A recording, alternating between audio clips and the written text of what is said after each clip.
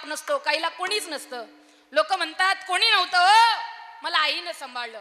कोणीच नव्हतं मला, कोणी नव्हतं मला, माझ्या आत्यानं सांभाळलं. कोणी नव्हतं मला, मामाने सांभाळलं. अहो कोणी नव्हतं मला, मावशीनं सांभाळलं. पण लेका ज्याला गर्भात होता त्याला तुला कोणी सांभाळलं रे? हा, गर्भी असत बाळा कविताचा लळा, गर्भी असत बाळा कोण पाळी त्याचा लळा. ओ गर्भी असत बाळा कोण पाळी त्याचा लळा, कोण पाळी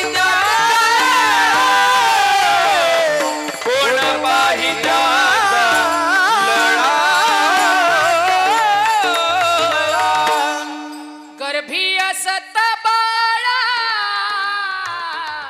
कोण पाळी त्याचा लळा,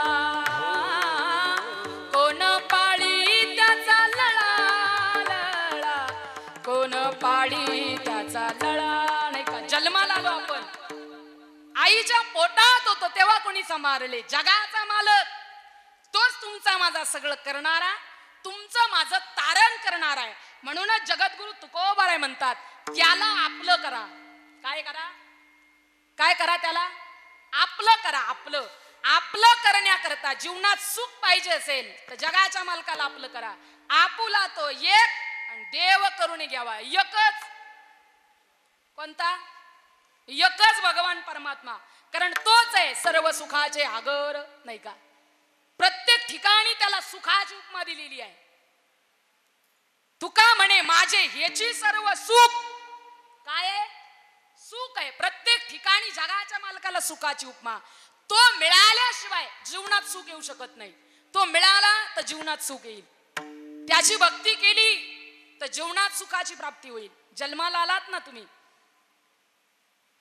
त्या ठिकाणी समुद्रामध्ये ज्या वेळेला समुद्र मंथन केलं जातं, समुद्रामधून मिठाची उत्पत्ती होते. कशाची? कशाची? कशाची? महिला मंडळ तुम्ही बोला ना. तुमचा माझं काही बांधाला बांध का मी जाऊ घरी? आ समुद्रात काय सापडतं? मीठ. मीठ काय सापडतं? मीठ. पण ते मीठ ज्या वेळेला समुद्राच्या बाहेर काढल्या जातं तिथं ट्रक जात नाही, तिथं ट्रक जात नाही, तिथं गाडी जात नाही. ते मीठ कशावर टाकून आणलं जातं? कशावर? कशावर? अहो तुम्ही बोला ना.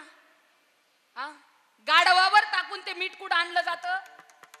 समुद्राच्या बाहेर आणल्या जातं. ज्या वेळेला मीठ गाढवावर टाकून कुठं आणतात? बाहेर आणतात. मग ते मीठ तिथून पार्सल केल्या जातं एखाद्या किराणा दुकानात. आणि किराणा दुकानात आल्यानंतर मीठ कुठं असतं? मीठ दुकानाच्या अहो समुद्रातून बाहेर पडला तर फक्त दुःखाची प्राप्ती आहे. समुद्रातून मीठ बाहेर पडलं, सगळ्यात महत्वाची गोष्ट पण कुठं ठेवली जाते? फक्त समुद्राला त्यानं सोडलं म्हणून दुःखाची प्राप्ती आहे. तुम्ही आम्ही जर देवाला सोडलं तर दुःखाची प्राप्ती तुमच्या माझ्या जीवनात आल्याशिवाय राहणारच नाही गाड्या. म्हणून आपुला तो एक देव करून घ्यावा. काय करा? जगाच्या मालकाला काय करा? आपलं करा. जन्माला आलात त्याला तुम्ही आपलं करत नसाल तर एक लक्षात असू द्या, खाणं तुमच्या हातात आहे पण पचवणं ज्याच्या हातात आहे ना त्याला देव म्हणतात. जीवन जगता गाडी घेणं तुमच्या हातात आहे, गाडी घेणं आपल्या हातात आहे, पण त्याच गाडीवर बसून घरापर्यंत सुखरूप पोहोचवणं ज्याच्या हातात आहे त्याला देव म्हणतात. शेती पिकवणं तुमच्या माझ्या हातात आहे, चांगलं पीक काढणं तुमच्या माझ्या हातात आहे, पण ते पीक निघाल्यानंतर धान्य घरात आल्यानंतर खाऊ द्यायचं का नाही द्यायचं हे सुद्धा ज्याच्या हातात आहे त्याला जगाचा मालक भगवान परमात्मा म्हणतात. मारने वाला हे भगवान, बचाने वाला हे भगवान, मारने वाला हे भगवान, बचाने वाला हे भगवान, मारने वाला है भगवान, बचाने वाला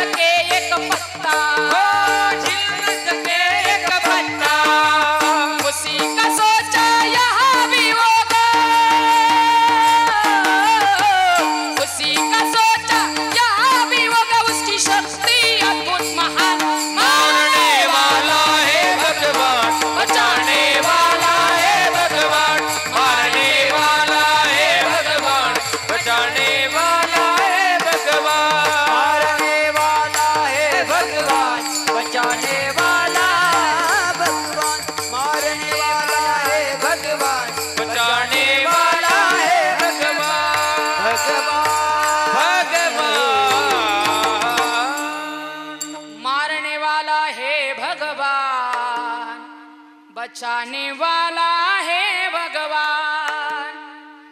जल थल अग्नि आकाश पवन पर केवल उसकी सत्ता, केवल उसकी सत्ता। प्रभु इच्छा के बिना यहाँ पर हिल न सके एक पत्ता। उसी का सोचा यहाँ भी होगा, उसी का सोचा यहाँ भी होगा। उसकी शक्ति अद्भुत महान, मारने वाला है भगवान, बचाने वाला है भगवान, मारने वाला है भगवान, बचाने वाला हे भगवान। नाही का? त्याच्याशिवाय तुम्हाला मला तारणारा कोणी नाही। इथं सगळं दुःख भरलेलं आहे। तुम्ही प्रपंच करता, हा प्रपंच फक्त दुःख मूळ आहे।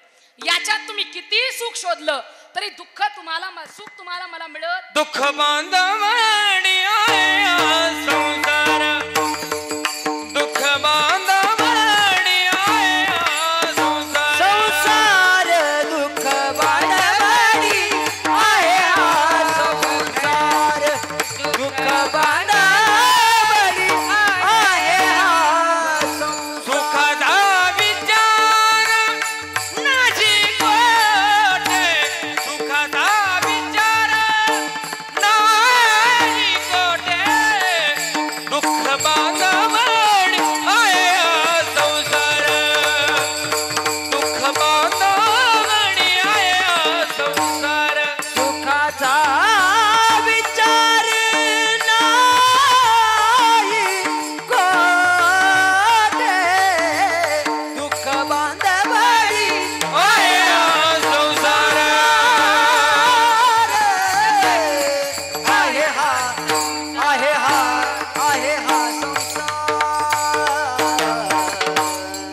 दुःख बांधवडी आहे हा संसार, दुःख बांधवडी आहे हा संसार। सुखाचा विचार नाही कोठे, सुखाचा विचार नाही कोठे, दुःख बांधवडी आहे हा संसार। नाही का? या प्रपंचामध्ये फक्त तुम्हाला मला दुःखच मिळू शकतं, सुख मिळत। सुख जर घ्यायचंच असेल तर त्याला आपलं करावं लागेल। काय करावं लागेल? जगाचा मालक भगवान परमात्म्याला आपलं करावं लागेल। जीवनात सुख पाहिजे असेल तर। नाही समजलं? नीट ऐका। एकदा काय झाले, दोन मित्र होते। एकाकडं पाण्याची मुबलकता होती, त्याच्या घरात आड होता। काय होता? आड होता। आणि एकाकडं पाण्याची त्या ठिकाणी कमतरता होती। एकाकडं पाण्याची मुबलकता होती, एकाकडं पाण्याची त्या ठिकाणी कमतरता होती। पण ज्याच्याकडं पाणी होतं त्याला पाण्याची गरज नव्हती, आणि ज्याच्याकडं नव्हतं त्याला पाण्याची गरज होती। म्हणून ज्याच्याकडे पाण्याचा आड होता त्यानं ठरवलं, आता हा पाण्याचा आड मी विकून टाकतो म्हणे। काय करतो? आड कुठं असतो? आड आड कुठं असतो? तुम्ही बोला ना, इंग्लंड मधून आले का काय? आड कुठं असतो? घरात। पहिल्या काळामध्ये त्या ठिकाणी घराच्या मध्यभागी त्या आडाचं पाणी असायचं। प्रत्येक महिला येऊन ते पाणी शेंदून त्या ठिकाणी घराचा उदरनिर्वाह चालायचा। मग घरातला आड यानं विकायचा ठरवला, बरं का? घरातला आड विकायचा ठरवला। आता शेजारच्या मित्राला सांगितलं, लेका मला काय पाण्याची गरज नाही, तुला पाण्याची गरज आहे, मग तू माझा आड विकत घे। तू काय कर? आड विकत घे।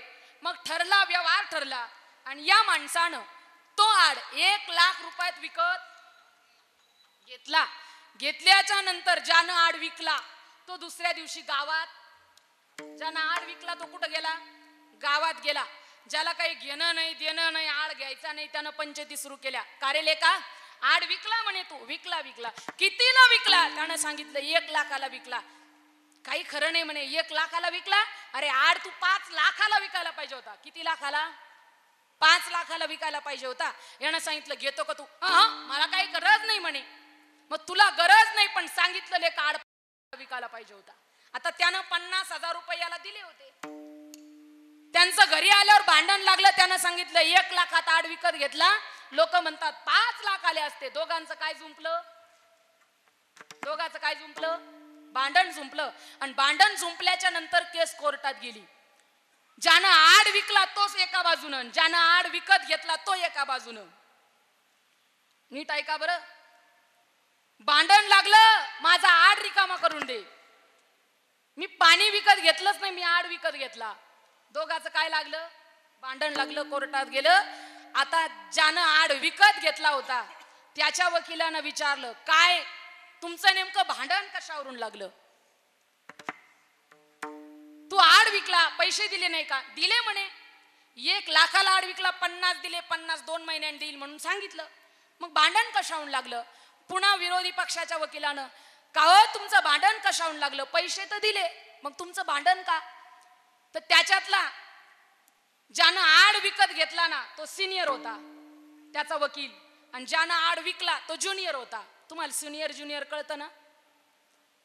ज्यानं आड विकत घेतला, ज्यानं आड विकला तो सांगू लागला, मला यानं आडाचे पैसे दिले, मी फक्त आड विकला, आडातलं पाणी विकलं. ऐकताय ना? त्यानं सांगितलं मी फक्त काय विकला? आड विकला, आडातलं पाणी विकलं नाही. याला जर आडातलं पाणी लागत असेल तर त्यानं त्या पाण्याचे मला 20,000 रुपये महिन्यानं पैसे काय करावं? द्यावेत. काय द्यावेत? 20,000 रुपये महिन्यानं आम्हाला आडातल्या पाण्याचे पैसे द्यावेत. आता ज्यानं आड विकत घेतला त्याचा वकील सिनियर होता, त्यानं सांगितलं आम्ही सुद्धा पाणी विकत घेतलंच नाही, आम्ही फक्त आड विकत घेतला. आम्हाला त्या आडात त्या ठिकाणी गावचा सप्ताह आणि सप्त्या करता गावरान तुपाची साठवण करायची. तुझं पाणी तू काढून, तुझं पाणी काय कर, तू काढून घे. आता आडातलं पाणी हे जिवंत होतं. आता यानं किती पाणी उपसलं तरी आड रिकामा होईल का हो? जमलेले मंडळी, आड रिकामा होईल का?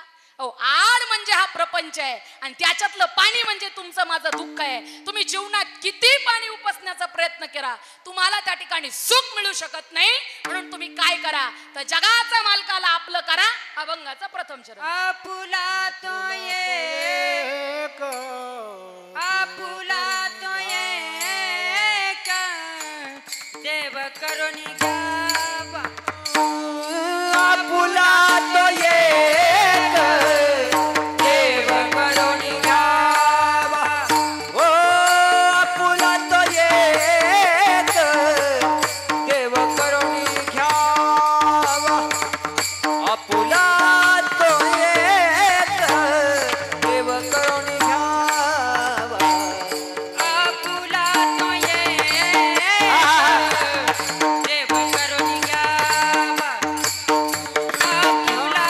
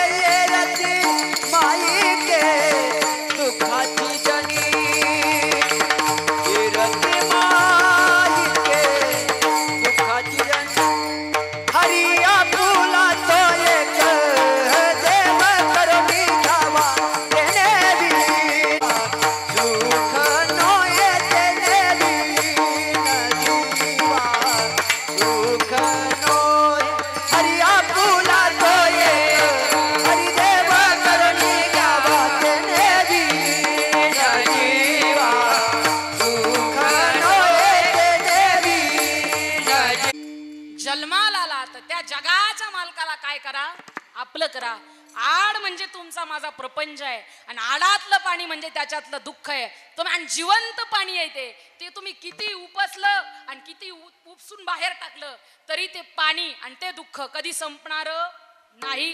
तसं तुम्ही प्रपंचात किती सुखाची इच्छा करा, तुम्हाला सुख मिळत तिथं फक्त दुःख आणि दुःखच मिळतं.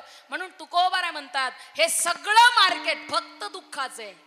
काय आहे हे मार्केट सगळं दुःखाचं आहे. इथं फक्त काय आहे, दुःख आहे.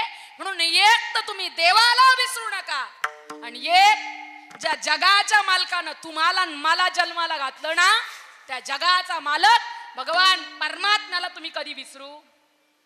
तुम्ही जरी देवाला विसरलात तरी देव तुम्हाला विसरतो का? देव जर तुम्हाला मला विसरला तर लोक सकाळी 9-10 वाजेपर्यंत वाट पाहतील, नाकाला कापूस लावतील. नाही कापूस उडाला तर पुढचा कार्यक्रम सुरू, सुतळी बांबू नाही का, राम नाम काय राम बोलो बाई, मुक्काम पोस्ट मसान काही. तिथं गेले तर पुन्हा पाठीमाग यायचं, नुसतं नाही अजिबात नाही बरं का.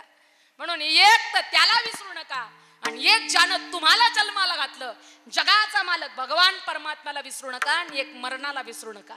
आपण जर मरणाला विसरत असाल ना, मरण जर आपल्या समोर किती मरतात आणि किती लोकांना आपण खांदे देतो तरी आपल्या मनात अशी शंका येत नाही आपल्याला सुद्धा एक दिवस याच्यावरच जायचंय.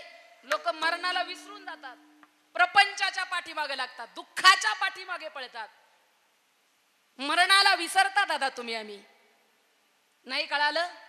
मरणाला विसरू नये, नीट ऐका. एखाद्या वेळेला शेतात उंदरं व्हावीत आणि शेतकऱ्यानं उंदऱ्याचा पिंजरा आणून त्या ठिकाणी शेतात लावावा. त्या पिंजऱ्यामध्ये चांगल्या प्रकारची शेंगदाणे त्या शेतकऱ्यानं ठेवावेत. अर्ध्या रात्रीच्या वेळी उंदरानं पाहावं पिंजऱ्यात शेंगदाणे म्हणून उंदरानं त्या पिंजऱ्यात प्रवेश करावा. पिंजऱ्याची थोडीफार हालचाल व्हावी आणि पिंजरा बंद व्हावा. ज्यावेळेला पिंजरा बंद होतो ना, उंदीर ते शेंगदाणे खातच नाही. का हो? त्याला निर्जला एकादशी का उंदराला? पण ज्या वेळेला मरण समोर दिसतं ना, त्यावेळेला माणूस त्या ठिकाणी सुखाची इच्छा करत असताना देवाकडे जातो. पण माणूस जर मरण लक्षात ठेवत नसेल तर माणूस इकडे दुःखाच्या वाटी लागतो. कारण इथं जन्माला आल्यानंतर फक्त आणि फक्त दुःखच मिळतं. तुम्हाला मला जगाच्या मालकानं जन्माला घातलं कशाला? जन्माला आल्यानंतर तुम्ही घेतलेला पहिला श्वास तर मरणाच्या वेळेला घेतलेला शेवटचा श्वास याच्या मधलं जे अंतर मिळालं ना, ते मिळालेल्या वेळेत मिळालेल्या जन्माचं सार्थक करण्याकरता मिळालेला हा वेळ आहे. आणि या वेळेत तुम्हाला मला काय करायचंय, त्याचं भजन करायचंय आणि त्याला आपलं करून घ्यायचंय. अखंड त्याचं नामचिंतन करायचंय. मिळालेला जन्म तुम्ही असाच वाया घालता. कशापायी? प्रपंचाकडे जाता, जिथं दुःख आहे तिथं मागता नाही का. त्या प्रपंचाकडे शरीर मिळालंय तुम्हाला मला, पण ते फक्त त्या जगाच्या मालकाचं भजन करण्याकरता मिळालेला हा देह आहे. पण तुम्ही जर मरणाला विसरत असाल, ज्या वेळेला झाडाची पानं गळून खाली पडतात आणि खाली पडल्याच्या नंतर एक साधू त्या ठिकाणी जातो. झाडाचं पान गळून खाली पडलं पण ते गळालेलं पान झाडाला म्हणतं, आता मी तुझ्यापासून वेगळा झालो, उडून गेलो तर तुझी माझी परत भेट होणार नाही. पण ते झाड हसतं आणि हसलेलं झाड म्हणतं, लेका आजपर्यंत तुझ्यासारखे कित्येक आले आणि कित्येक गेले, किती आले आणि किती गेले. अरे या प्रत्या मृत्यू लोकाचा नियम आहे, जो येतो त्याला जावं लागतं. अजामेला पंजामेला बाप मसना गेला हो. अजामेला पंजामेला बाप मसना गेला. देखत देखत ना तू पंतू, देखत देखत ना तू पंतू, तो ही तैसा झाला. देखत देखत ना तू पंतू, तो ही तैसा झाला.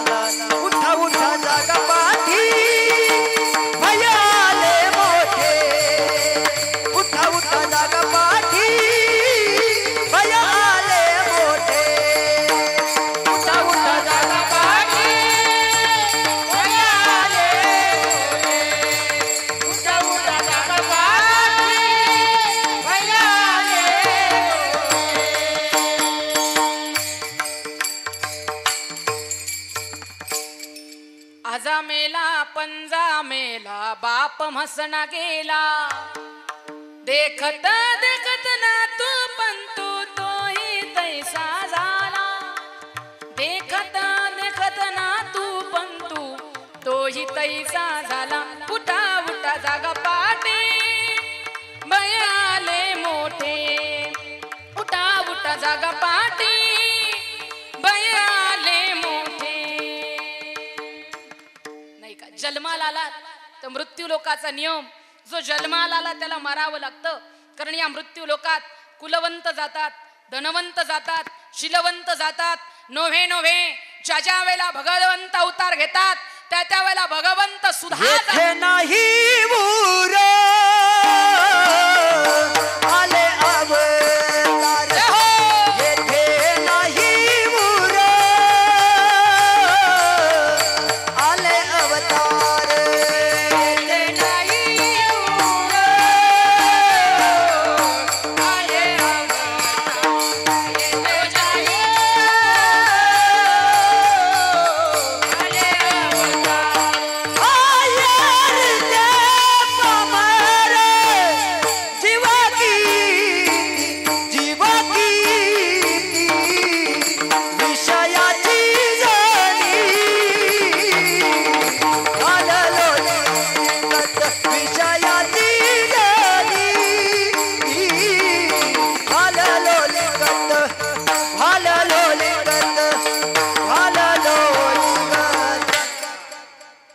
येथे नाही नाही उरो आले अवतार येर ते पामर जीव किती या प्रपंचाजवळ तुम्ही एक जन्म का 1000 जन्म उभे राहा अरे जो जन्माला आला त्याला मरावं लागणार आहे कारण या मृत्यू लोकाचा नियम जो जन्माला येतो त्याला मरावं लागतं ज्याचं 12 झालं त्याचं 13 झाल्याशिवाय राहत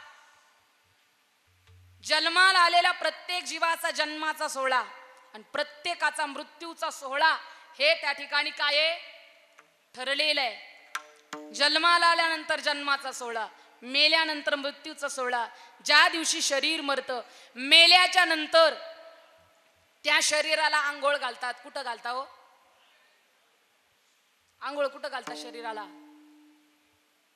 तुम्ही बोला ना इकडं माणसं मरत नाही का हा कुठं घालतात दारात घालतात दारात का हो किती गरीब असू द्या किती श्रीमंत असू द्या पण प्रत्येकाची शेवटची आंघोळ मात्र दारातच घातली जाते हा या मृत्यू लोकाचा नियम पाटील गावात येतो आणि सांगतो हे पठ्ठ्यानं 1 कोटीचा बंगला बांधला कितीचा अरे 1 कोटीचा बांध नाही तर 2 कोटीचा बांध तुझी मुलं काय तुला छातावर जाळणार नाही का कितीचा बाण गरीब असू द्या नाही तर श्रीमंत असू द्या त्याची शेवटची आंघोळ मात्र दारातच घातली जाते म्हणून आपण जीवन जगत असताना दुःख रूपी प्रपंचाकडे मागत बसण्यापेक्षा आपण जीवन जगत असताना भगवंताकडे मागावं आणि त्याला आपलं करावं म्हणून आपुला तो एक देव करून घ्यावा नाही का त्याला आपलं करा जीवनातली सगळी दुःख बाजूला जातील शरीर मेल्याच्या नंतर स्मशानात नेल्या जातं कोण नेतं शरीराला स्मशानात तुमच्याकडं भाऊबंद तेच लागतात तिथं बाकीचे चालत अजिबात चालत नाहीत म्हणून माणूस आयुष्यात सगळी नाते तोडतो पण भाऊबंद मात्र कधीच तोडत नाही जीवनात कारण लागतात शेवटच्या क्षणाला ते ज्या दिवशी शरीर मरतं मेल्याच्या नंतर शरीर स्मशानात नेल्या जातं सगळ्यात पुढं कोण असतं सगळ्यात पुढं मुलगा ज्याला माझं म्हणता आयुष्यभर ज्याच्या करता काबाड कष्ट केले जातात अहो किती कमवा त्याच्यातला आपल्या बरोबर काही येत नाही सज धज कर जिस दिन मौत की सज धज कर जिस दिन मौत की शहजादी आएगी ना सोना काम आएगा ना चांदी आएगी ना सोना काम आएगा ना चांदी आएगी धज कर जिस दिन मौत की सज धज कर जिस दिन मौत शहजादी आएगी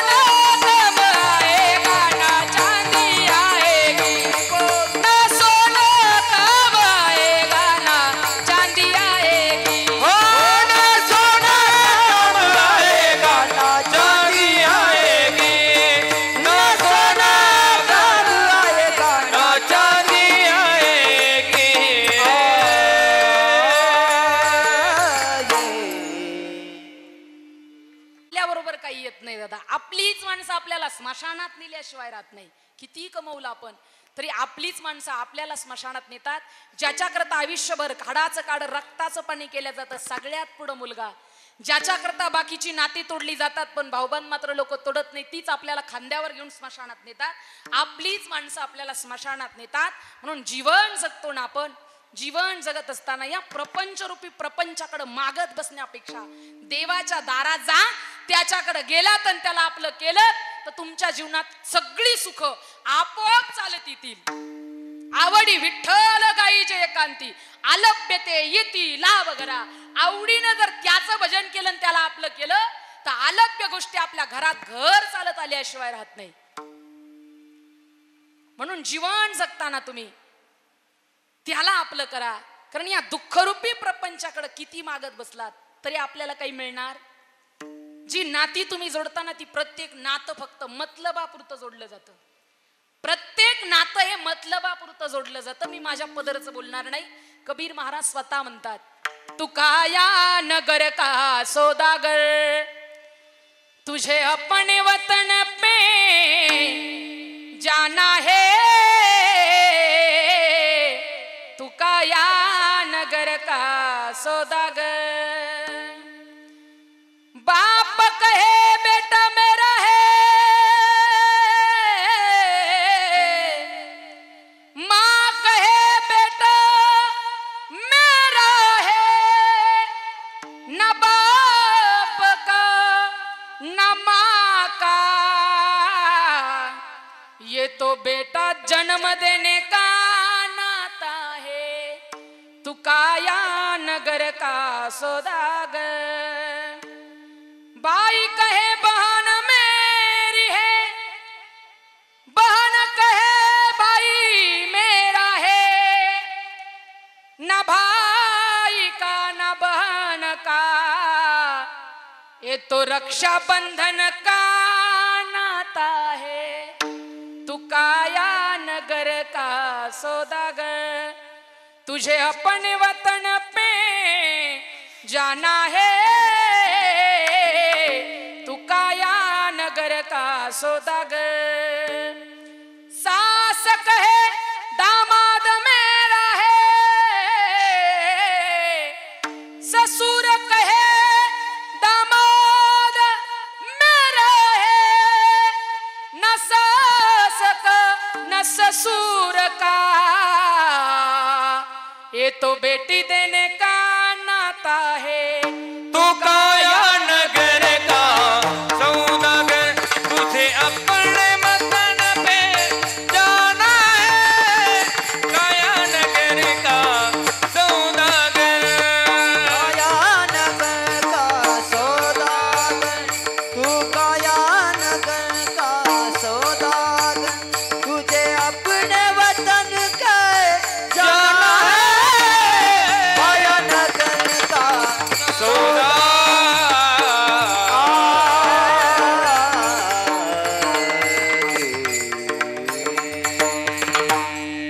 या ठिकाणी आपल्या कोपरगाव तालुक्याचं भूषण माननीय आमदार साहेब आशुतोषजी दादा काळे आवर्जून आपल्या वक्ते परिवाराच्या दुःखात सामील होण्याकरता उपस्थित झालेले आहेत. एकदा जोरदार टाळी वाजवा आणि दादाचं सर्वांनी मोठ्या प्रेमानं स्वागत करा. दादांना कोटी कोटी धन्यवाद असतील. कोपरगाव तालुक्यातील संपूर्ण परिवाराच्या दुःखात दादा नेहमी सहभागी असतात आणि सर्वांवर अत्यंत प्रेम करणारे दादा आपल्या सर्वांच्या मध्ये वक्ते परिवाराच्या दुःखात सामील होण्याकरता उपस्थित झालेले आहेत. दादांना कोटी कोटी धन्यवाद असतील. जीवन जगतो आपण. जीवन जगत असताना प्रत्येक नातं हे मतलबापुरतं जोडल्या जातं. म्हणून या प्रपंचाजवळ एक जन्म काय 1000 जन्म उभे राहा. प्रपंच आपल्याला दुःखाशिवाय काही देऊ शकत नाही. म्हणून जीवन जगता तर तुकोबाराय म्हणतात इथं फक्त आणि फक्त दुःखच मिळतं. सुख जर पाहिजे असेल तर त्याला आपलं करा. अभंगाचं दुसरं चरण. तेरते माझी के दुःखाची जणती, येरते माझी के दुःखाची जणती, नाझी आधी अंती अवसान, नाझी आधी अंती अवसान. राती माई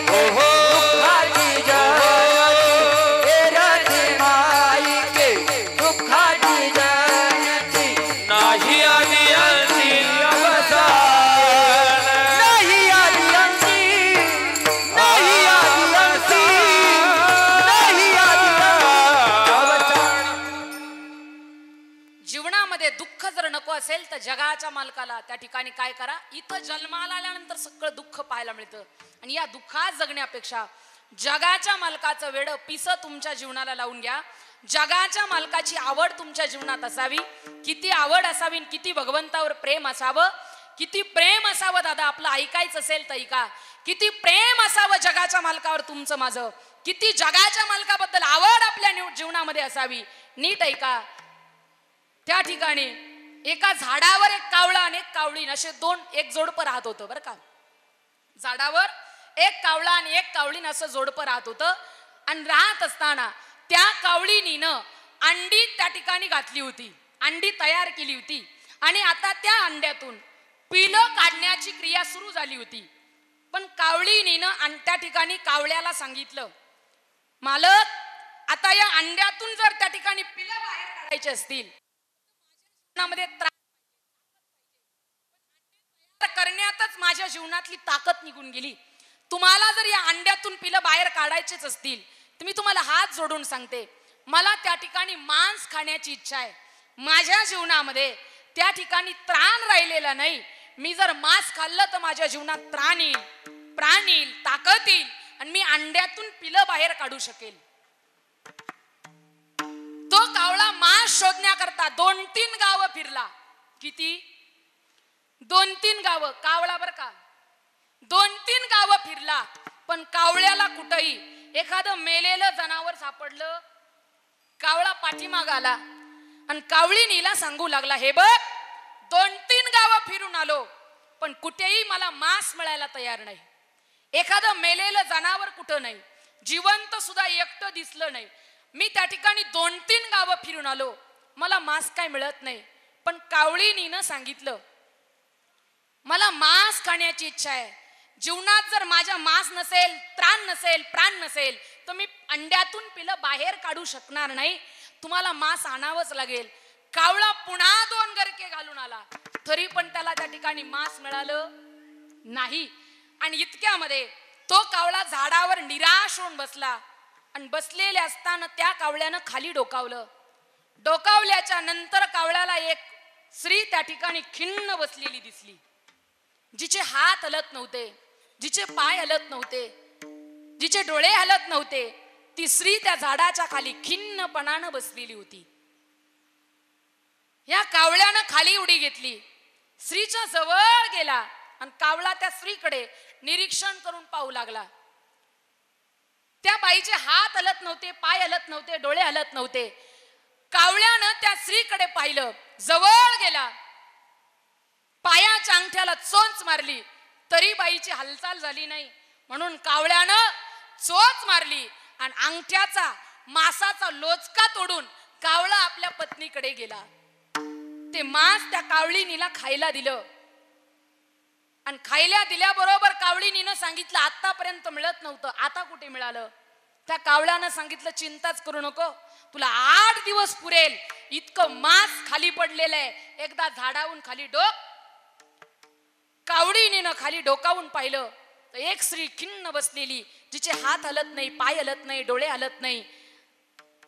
कावळा पुन्हा जावं, त्या स्त्रीचे लोचके तोडावेत, पत्नीला आणून द्यावं. पाहता पाहता त्या कावळ्यानं आपले 5-50 नातेवाईक गोळा केले. 5-50 नातेवाईक गोळा झाले आणि त्या स्त्रीचे लचके तोडू लागले. कावळ्यानं त्या स्त्रीचे पाय खाल्ले, पोट खाल्लं, छाती खाल्ली, त्या ठिकाणी तोंड खाल्लं. पण ज्या वेळेला एका कावळा खांद्यावर बसला आणि त्यानं विचार केला, आता या स्त्रीचा डोळा आपण खाल्ला पाहिजे, याच्याकरता त्या कावळ्यानं स्त्रीच्या डोळ्यात चोच मारणार. इतक्यात त्या स्त्रीच्या अंतःकरणातून आवाज आला, हे कावळ्यांनो, तुम्हाला मला खायचंच ना रे, तर माझं संपूर्ण शरीर खा. खायचंय ना तुम्हाला? अरे माझी हाडं सुद्धा खाता आली तर चगळून चगळून हाडं सुद्धा खाऊन टाका रे लेका हो. लेका हो, माझं शरीर खा, माझी हाडं सुद्धा चगळून चगळून खा, पण माझे डोळे मात्र फोडू नका. जोपर्यंत मला माझा जगाचा मालक भगवान परमात्मा दिसत नाही ना, तोपर्यंत माझे डोळे फोडू नका. त्या स्त्रीचं नाव होतं दादा राधाराणी. इतकं भाव, इतकं अंतःकरणात जगाच्या मालकाविषयी प्रेम असावं की अख्खं शरीर खाल्लंय पण फक्त डोळे कशा करता तर मला माझ्या जगाच्या मालकाचं स्वरूप पाहता यावं, त्याला पाहता यावं याच्याकरता माझे डोळे फोडू नका. इतकी आवड तुमच्या माझ्या जीवनात असावी. ही आवड जर असेल तर तुकोबरा म्हणतात तुमच्या जीवनात सुख आल्याशिवाय राहणार नाही. अविनाशी भगवान परमात्मा तुमचा झाल्याशिवाय राहणार नाही. अभंगाचं तिसरं चरण. अविनाश करी आपुनी आईसे, अविनाश करी आपुनी आईसे, अविनाश करी आपुनी आईसे, अविनाश करी आपुनी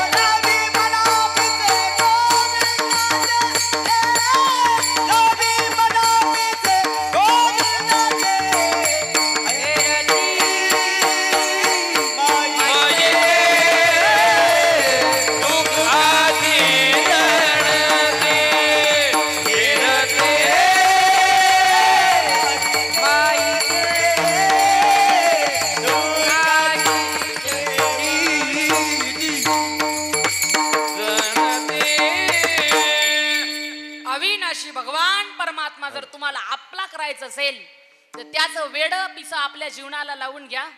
जीवनाचं भलं होईल आणि जगाचा मालक तुमचा होईल. जीवनात सुख प्राप्त होईल. राधे बोलो राधे राधे राधे राधे बोलो राधे राधे राधे राधे हो राधे राधे राधे राधे बोलो राधे राधे हम भी बोलो राधे राधे, तुम भी बोलो राधे, हम भी बोलो राधे राधे, तुम भी बोलो राधे राधे, हम भी बोलो राधे राधे तुम भी बोलो राधे आई राधे राधे राधे राधे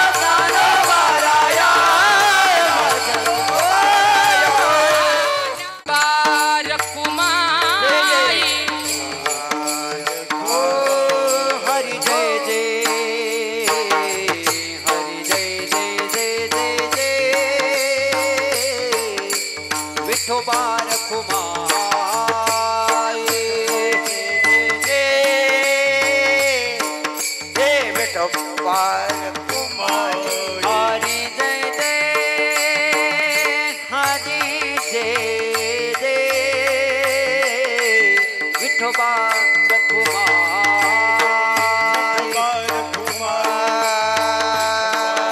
विठोबार कुमार हरी जय जय हरी जय जय हरी जय जय हरी जय जय हरी हरी हरी जय जय हरी हरी जय जय हरी जय जय हरी हरी जय जय विठोबार कुमारी विठोबार कुमारी जय जय विठोबार हरी जय हरी जय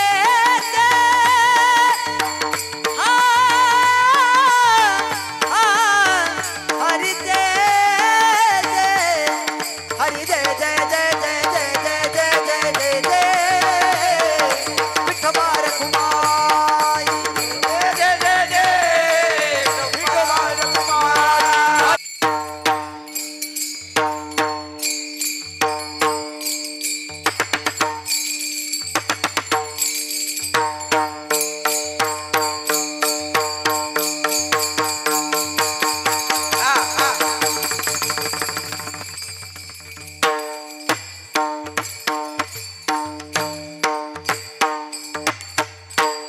तुकोबारे म्हणता जन्माला आला तर देव आपला करा सुख मिळेल. या प्रपंच रूपी दुःख रूपी प्रपंचामध्ये मागत बसण्यापेक्षा देवाला आपलं करा, तुमच्या जीवनात सुख येईल. अविनाशी भगवान परमात्मा जर आपला करायचं असेल, त्याला जर आपलं करायचं असेल तर गोविंदाचं वेड पिसं तुमच्या जीवनात लावून घ्या. आणि तुकोबारे म्हणता जीवन जगतात, जीवन जगत असताना असं जगा, असं जगा, असं जगा. माणसानं रस्त्यानं असं चालावं, माणसानं रस्त्यानं असं चालावं. रस्त्याची ही कड तर रस्त्याची ती कड.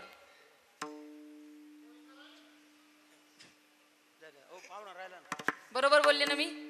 असं चालावं ना माणसानं, माणसानं रस्त्यानं असं चालावं. रस्त्याची ही कड तर रस्त्याची ती कड. माणसानं रस्त्यानं असं चालावं दादा. निदान 4 लोकांनी तरी आपल्याला रामराम घातला पाहिजे, असं माणसानं रस्त्यानं चालावं. माणसानं बसताना अशा ठिकाणी बसावं की 4 लोक आपल्या जवळ बसले पाहिजेत. कशाला? कशाला? पत्ते कळायला? कशाला? भजन करण्याकरता आपल्या जवळ 4 लोक बसले पाहिजेत. आणि माणसानं असं मरावं, ज्याच्या कानी शब्द पडतील ना त्याच्या टचकन डोळ्यात पाणी यावं, असं माणसानं मरावं.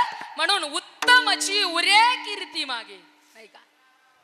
जीवन जगतो आपण, आपली जीवनात थोडी का होईना कीर्ती माग राहिली पाहिजे, असं माणसानं जगावं. म्हणूनच तुकोबाराय म्हणतात जन्माला या पण मरत असताना असं मरा की जीवनातली कीर्ती तुमची माग राहिली पाहिजे. आज वक्ते परिवारातील कैलासवासी गंगा भागीरथी सत्यभामा रामदास पाटील वक्ते यांना जाऊन या ठिकाणी 1 वर्ष पूर्ण झालं. त्यांच्या पाठीमागे त्यांचा मोठा परिवार आहे.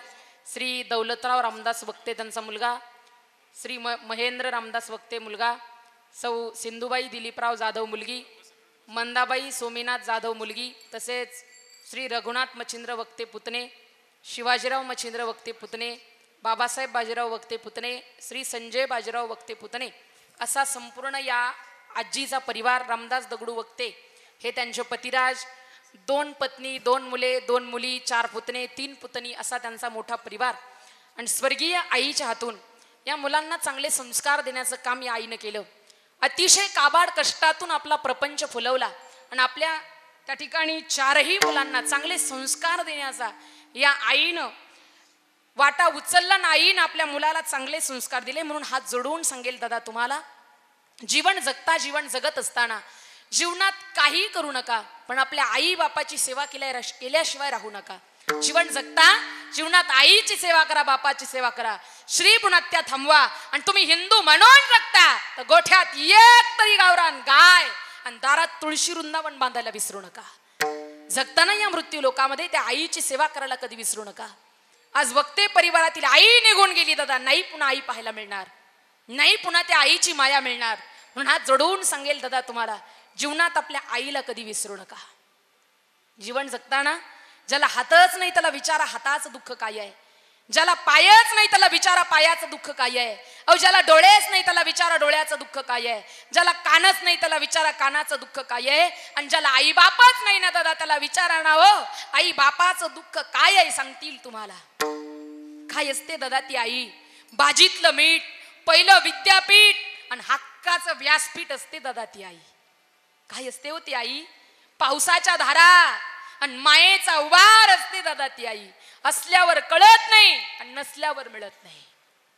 डोंगरा आड गेलेला सूर्य आपल्याला परत दिसेल, पण एकदा मातीत गेलेले आईबाप आपल्याला कधीच पुन्हा पाहायला मिळणार नाही हो.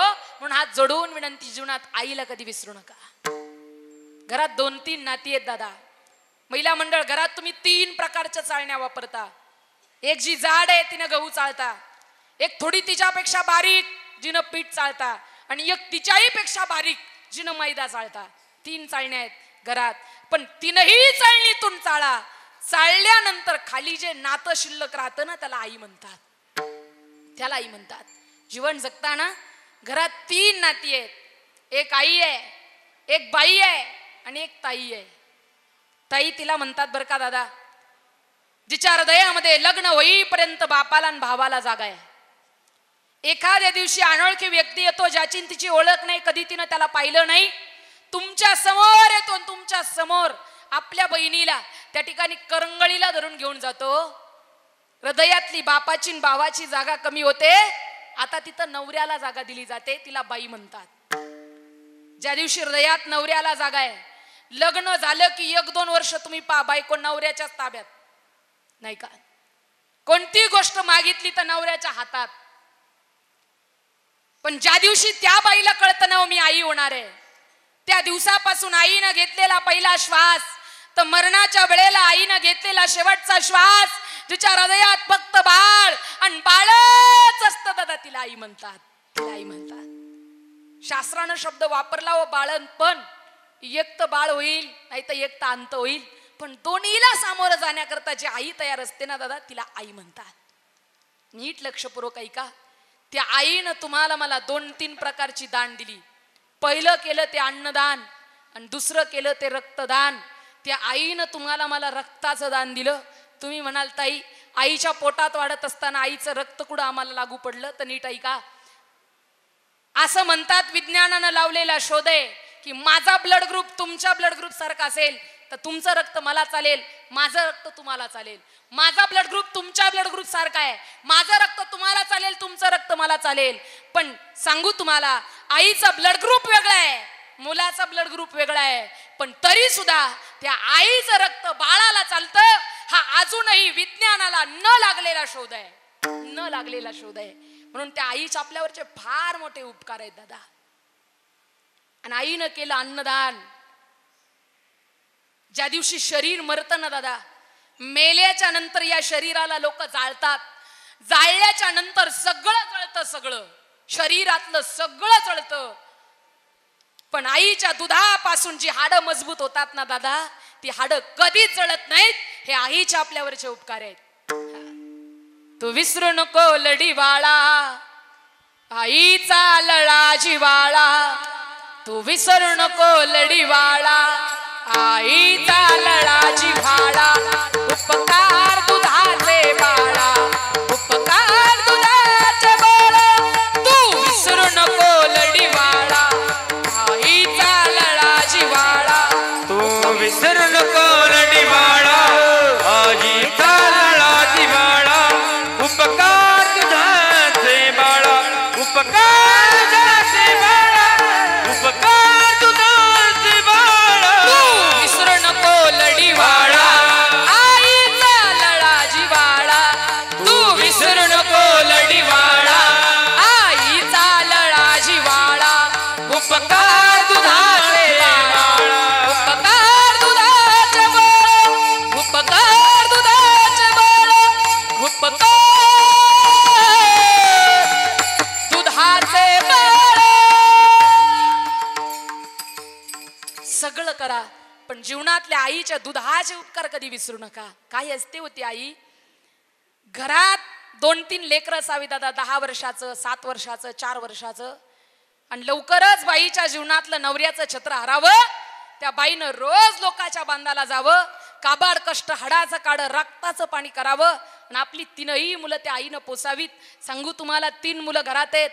आई रोज लोकांच्या बांधाला जाती, काबाड कष्ट करते, पण आईच्या आणि बाईच्या एवढं कमवणं व्हावं की रोज घरात 2च भाकरी व्हाव्यात. सांगू तुम्हाला, 2 भाकरी झाल्या ना, त्याच्यातली 1 भाकर 10 वर्षाच्या लेकरानं खावी, त्याच्यातली अर्धी भाकर 7 वर्षाच्या लेकरानं खावी आणि राहिलेली अर्धी भाकर 4 वर्षाच्या लेकरानं खावी. 4ही लेकरं जेवली, टोपल्यात भाकर शिल्लक नाही, पण तरी सुद्धा माझी 3ही लेकरं जेवली, याच्या जिचं पोट भरतं ना दादा, तिला आई म्हणतात. हो, त्याच बाईला कोणाचं तरी गावातलं आमंत्रण यावं, आवाज द्यावा, ताई उद्या आमच्या घरी सत्यनारायणाची पूजा, या बरं का जेवायला. दुसऱ्या दिवशी सकाळी उठल्यावर बाईला आठवण व्हावी, जावं लागेल, सत्यनारायणाची पूजा आहे, प्रसाद तरी घ्यावा लागेल. म्हणून बाईनं त्या पूजेकरता निघावं. 10 वर्षाचं, 7 वर्षाचं, 4 वर्षाचं 3ही लेकरं आईच्या पाठी लागावीत. पण आईनं विचार करावा, 3 लेकरं घेऊन गेले तर लोक म्हणतील खायला मिळत नाही, 3 लेकरं घेऊन गेले तर खायला मिळत नाही. म्हणून आईनं 10 वर्षाचं 7 वर्षाचं लेकरू घरात घालावं, दाराची बाहेरून कडी घालावी आणि आईनं 4 वर्षाचं लेकरू हाताला धरावं. जिच्या घरी पूजा ना तिच्या घरी जेवायला जावं. पंक्ती बसलेल्या आहेत, पंक्तीत आई बसलेली आहे, 4 वर्षाचं लेकरू बसलेलं आहे. 4 वर्षाच्या लेकरानं गप गप गप गप गप दिशी खावं आणि या आईच्या हातातला घास हातात आहे, डोळ्यात अश्रू दाटलेले आहेत. पण सांगू तुम्हाला, सगळी लोक जेवतात, आईच्या हातातला घास हातात. जिच्या घरी पूजा ना तिनं यावं, ताई खाऊ जेवत नाही तुम्ही, ताई तुम्ही काय जेवत नाही. आईच्या डोळ्यातल्या अश्रूचा बांध फुटावा आणि आईनं म्हणावं, ताई माझ्या पोटातली 2 कोळी मी घरात कोंडून आले, कसा माझ्या घशाच्या खाली घास उतरेलो. त्याला आई म्हणतात दादा. माझी मुलं जेवली नाही ना, तर जिच्या घशाच्या सुद्धा खाली घास उतरत नाही ना, तिला आई म्हणतात. जीवनात कधीच आपल्या आईला दुखू नका. सांगू तुम्हाला, बायकोला 5,000ची साडी विकत घ्या, बायकोला 5,000ची साडी विकत घ्या, पण त्या साडी बरोबर आपल्या आईला निदान 500ची साडी विकत आणायला कधी विसरू नका, कधीच विसरू नका. 500ची साडी घ्याल ना तर बायको त्यात 5,000ची साडी घ्याल ना, बायको त्यात 5,000 चुका काढते हो, पण 500ची साडी विकत घ्या, ती 500ची साडी आवडीनं घालते आणि जी भेटेल तिला सांगते माझ्या लेकानं घेतली. म्हणून हात जोडून सांगेल हो तुम्हाला, जीवनात आपल्या आईला कधी दुखू नका. आईबाप म्हातारी झाल्यानंतर त्यांना लागतच काय हो. आईबाप म्हातारी झाले ना, एखादा हलकस धोतर, हलकस शर्टाचं कापड. बाप म्हातारा झाला, एखादी हलकीशी 100-200 रुपयाची चप्पल. आई म्हातारी झाली, 400-500 रुपयाची तिला एक साडी आणि फक्त मोलाचे 2 शब्द, आई बरे आहेत का तुम्ही. आणि रोज घरातून बाहेर पडताना, घरातून येत असताना फक्त आई बापाला 2 मोलाचे शब्द, बाबा जेवलात का हो तुम्ही, आई जेवली का ग तू. एवढे 2 मोलाचे शब्द जर तुमच्या जीवनात निघत असतील ना, बाकीची दुसरी सेवा करण्याची गरज नाही दादा, कुठं तीर्थयात्रा करण्याची गरज नाही. जीवन जगताना तुम्ही आपल्या जीवनात आईला आणि बापाला कधी विसरू नका. वक्ते परिवारातील आई निघून गेली, ज्या आईनं मुलावर चांगले संस्कार केले, मुलाबाळाला चांगल्या त्या ठिकाणी संस्कार करून चांगल्या मार्गाला लावलं आणि आपल्या जीवनामध्ये आईनं चांगलं कर्म करून आज या आईनं नाव कमवून आपल्या जीवनातून निघून गेली. आपली कीर्ती रूपानं मागं ठेवलेली ही आई वक्ते परिवारातून निघून गेली. मी म्हणेल, वक्ते परिवाराला या दुःखातून सावरण्याची शक्ती भगवंतानं द्यावी. भगवान परमात्म्यानं आईला चांगली जागा, चांगलं स्थान, चांगला मार्ग भगवंतानं द्यावा, ही भगवान परमात्म्याकडे विनंती. झालेली सेवा भगवान परमात्म्याच्या चरणी, तुम्हा जमलेल्या मायबाप शत्रुजनांच्या चरणी, माझ्या आई वडिलांच्या चरणी समर्पित आणि याच ठिकाणी सेवेला